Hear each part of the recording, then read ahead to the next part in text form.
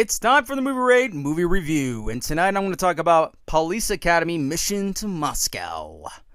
Now, the story involves Police Academy members, as we've seen in various of the rest of the franchise, at least the main characters, go to Moscow to capture a big-time Russian mobster, played by Ron Perlman, and his objective is to take over Moscow by using an encrypted key for computers like banks, and to put in banks and take over, and destroy or take whatever he wants from these banks and so forth, and to be basically a kingpin of Moscow. And I think it's hilarious that they asked the Police Academy. Now, let me say that again. Police Academy from the United States, of all academies in the world.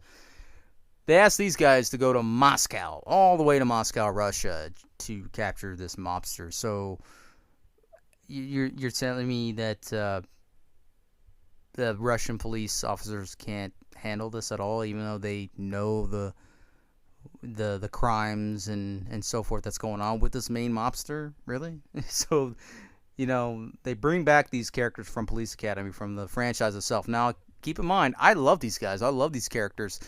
And I love the slapstick of what they do. But, it kind of gets old after a while, after every sequel. It's like, okay.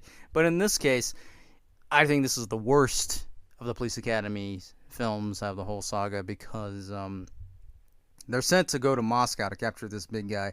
And there's an actual Moscow police officer who's been overlooking this mobster, all of his crimes and so forth, until one of the Police Academy members kind of foils his thing, right? Kind of, screws up everything and, catches, everything out in the act and out in the open and stuff like that, and, kind of ruins it all. So I just find it funny that, you need United States of American Police Academy that trains police officers in the United States to take over something that is clearly a local problem in Moscow, Russia. Okay, I think it's really funny. But anyway, I love the fact that the characters are back, or at least a majority of the characters are back. And they're having, you can tell they're having fun, very light and very comedic, and I enjoy it. I enjoy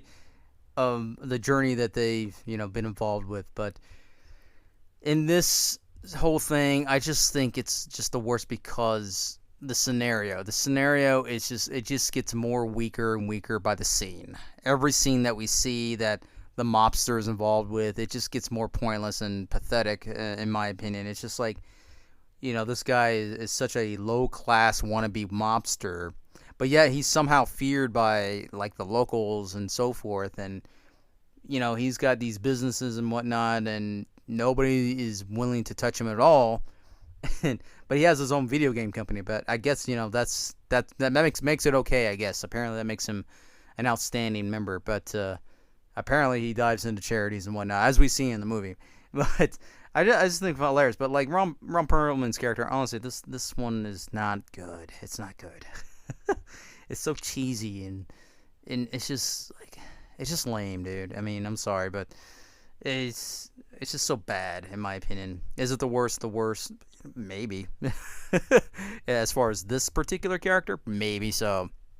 But I will say that Ron Perlman's character, he, takes over, manipulates this nerd who's into computers, and he's the one that programmed the video game and so forth, and now he's asked to make this encrypted key that, once you insert this key to any computer, it transfers or destroys or whatever virus, can give viruses to computers and whatnot.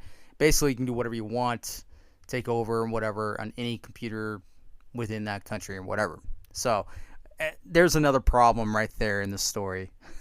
This guy is asked to make a key, which he's never done, which obviously, even in a fantasy, please, you got to have some realism, some actual facts with what's going on in the situation. You can't just magically say, well, this is what's going to happen, this is how it's going to happen, and Lo and behold, there it is.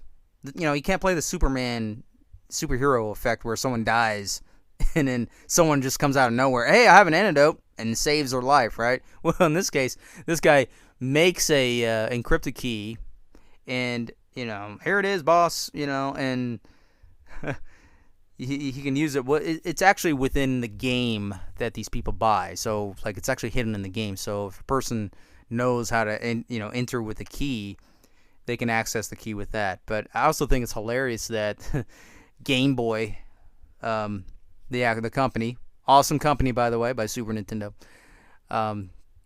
These guys, it's in the movie, but hilarious thing is nothing is really Game Boyish about it. Like because half the time when you see the Game Boy itself that the character is playing, there's no cartridge in it, or it's just there's just blank itself. I think I understand copyright issues, and again, Game Boy, you guys are awesome. Just letting you know. Don't sue me, please.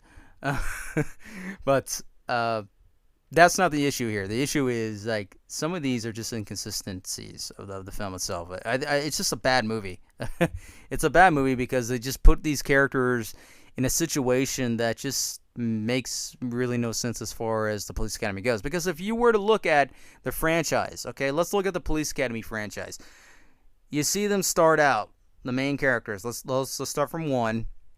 Here we see him train out because you got one that's a misfit. One that goes to the Police Academy, has to learn his lesson or whatever. But he starts to like it, and he wants to be a part of the Police Academy. You got one that's another troublemaker, but again, he uses his skills to make noises and terrify people, and he gets out of situations, sticky situations and whatnot. And you have all these other characters, across these sequels that was interesting, but and some of them to kind of disappear after the next next sequel. And what makes this film the worst of the worst is there's just nothing majorly to look forward to in this particular film. It's almost like if you were to watch all the Ernest films, you're not going to like every one of them. And you can see that where the studio goes as far as making these sequels. Like you can tell that either money wise they don't care, they're just gonna try to make as much money off of this movie as possible. Well, does this movie qualify for that? To me, I think they were just trying to make another popular movie because everyone liked the Police Academy films, or at least the first 2 films, which in my opinion, I think they were really good, the first 2 Police Academy films. I didn't have a problem with the other sequels, but this one I did because it just felt lame. It was just trying too hard to play the Three Stooges, which we obviously see that a couple characters that are literally representing these kind of acrobatic Three Stooges, basically, from Russia, And I felt that the whole slapstick was just kind of too forced in this film, and it just wasn't good story wise.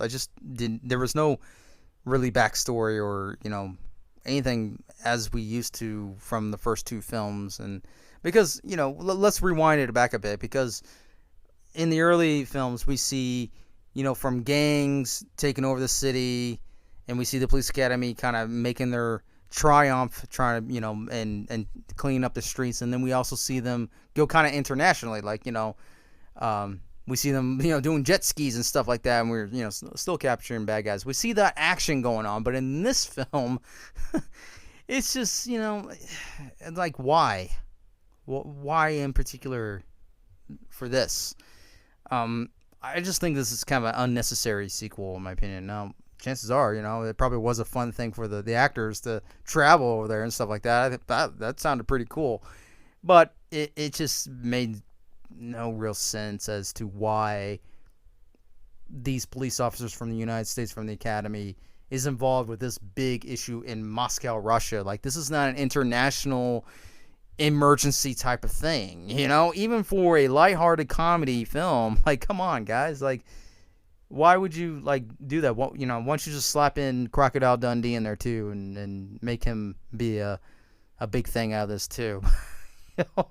But I think story wise, Police Academy Mission to Moscow was just bad. The characters just made very little to no value in the story as far as comedy goes. They were just there, and they just tried too hard to sell it, in my opinion. I do like the end credits though. I like the ending of the movie. That's just my opinion on though. But if I were to rank this out of a 10, I will definitely give this a 4. 4 point. Okay, that's being rude. I will give it a 4.5. Okay, because we do have our heavy hitter cast in there. We do have them, and you got to give them points for that. You got to, at least and there's some familiar actors' faces that's also in this film too. So there's another point. So that's 4.5. I'll give it 4.6 out of a 10. That's just being really nice. But it is definitely not the best out of the whole franchise, in my opinion. And now, if you feel differently about it, please leave a comment. Let me know what you feel about this movie. But be civil about it. Don't be too harsh on this film. I mean, it's not that bad, is it?